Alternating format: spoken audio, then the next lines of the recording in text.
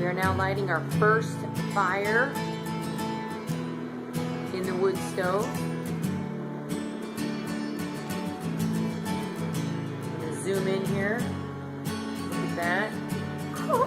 We have flame on. Okay, cool. We got all the dampers open.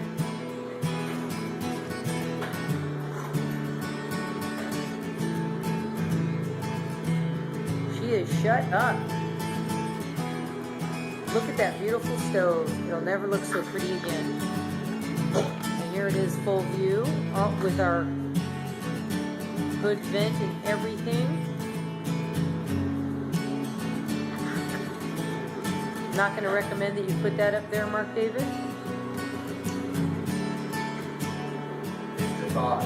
What's the thought for? Oh, it is the thought. I'm going to clear this off and we'll put them up there. And look, we now have our Edison is here. Sierra's here. Look at that. They're the best. Aren't they cool? And look at right there. The throne. Let's look at that. We just installed that. Turn on the light. Oh yeah, is that the beauty? She's a beautster.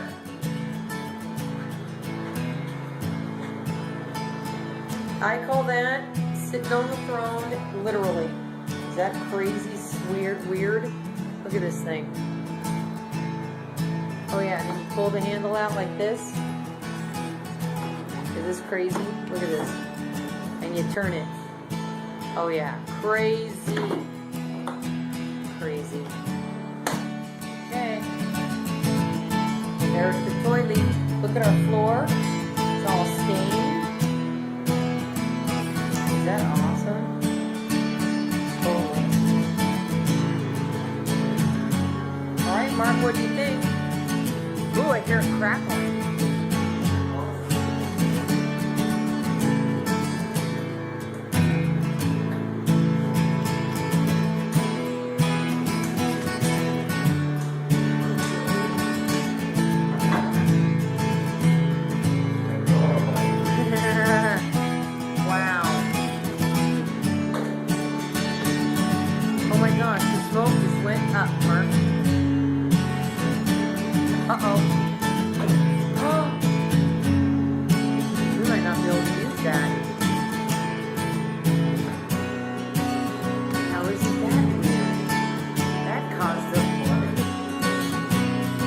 We're not going to be able to use the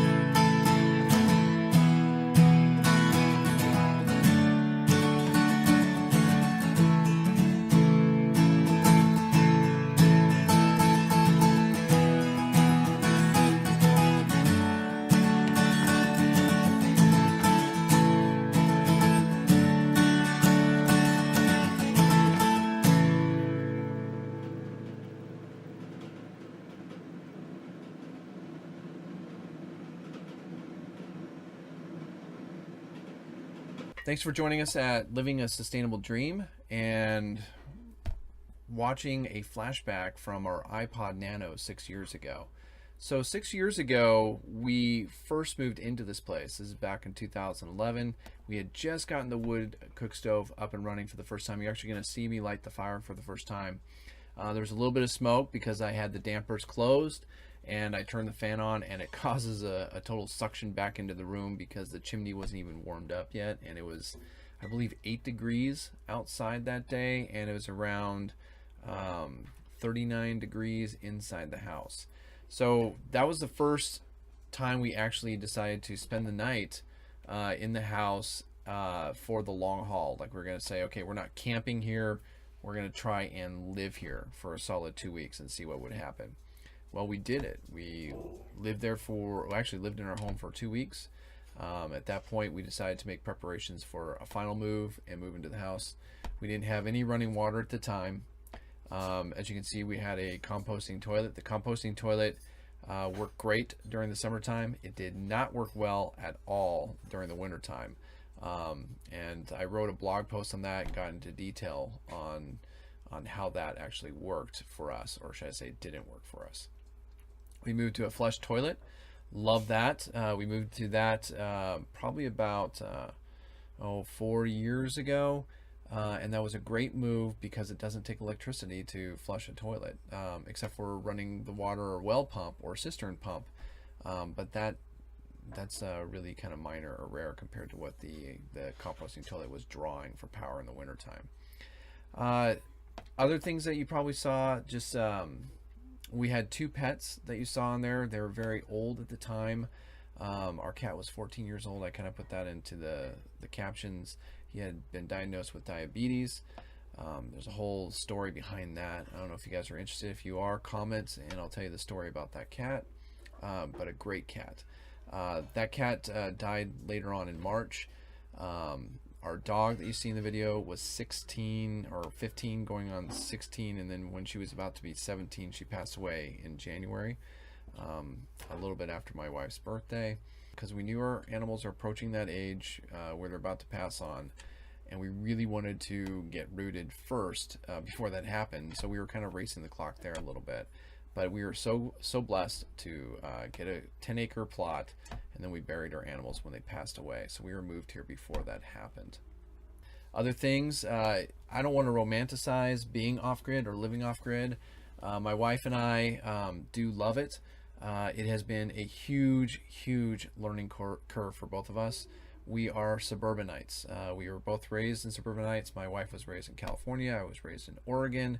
And my family even lived in an apartment for a while, and rentals, and owned our own home, but all suburbia. This is the first time we actually chose to live in the country and to live off-grid. We had never done that before. We wanted to make sure that our off-grid systems were as modern and convenient as possible.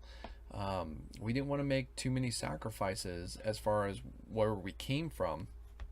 And we also knew that as we got older, that our bodies would have a more difficult time with some of the tasks on the homestead. So we wanted to make sure that we implemented systems that wouldn't wreak more havoc on our bodies. And so we've been kind of doing that, working towards that. Being that we're over 40 now, we're both feeling it quite a bit in our backs. We're feeling our age a little bit. But the cool thing is that we're starting to think smarter, do tasks a lot easier, and figure out things and think things through instead of trying to muscle it through. I've done that and got hurt in the process a couple times to where you're flat on your back. So if you guys are thinking about living off-grid, you just have so many things to consider, and there's so many things you're going to learn along the way. I mean, just lighting a wood cook stove was a challenge and a task, as you saw in the video. I mean, that was the first light. I mean, now it's easy, piece of cake. So just be aware that, yeah, you're going to run into some snags. You're going to run into some issues, and you're going to find some systems worked and some didn't. But the great thing is that you're innovative and you can change it up anytime you want. It's your homestead, it's your home life, and doing lots of research. There's a lot of people in the community out there that are doing this, and they have lots of great advice. And you just take what you want, and then if it doesn't fit your lifestyle, you leave the rest. You don't have to take everybody's advice. I like to give advice. I like to give it for free. But what I have in mind is maybe not what you have in mind. So you need to do what is best for your family and for your homestead. And we've done what is best for us. So we're just giving you guys a sneak peek a little bit into our lifestyle a little bit this winter. And you'll just see some of the challenges that we've had, some of the things that we deal with.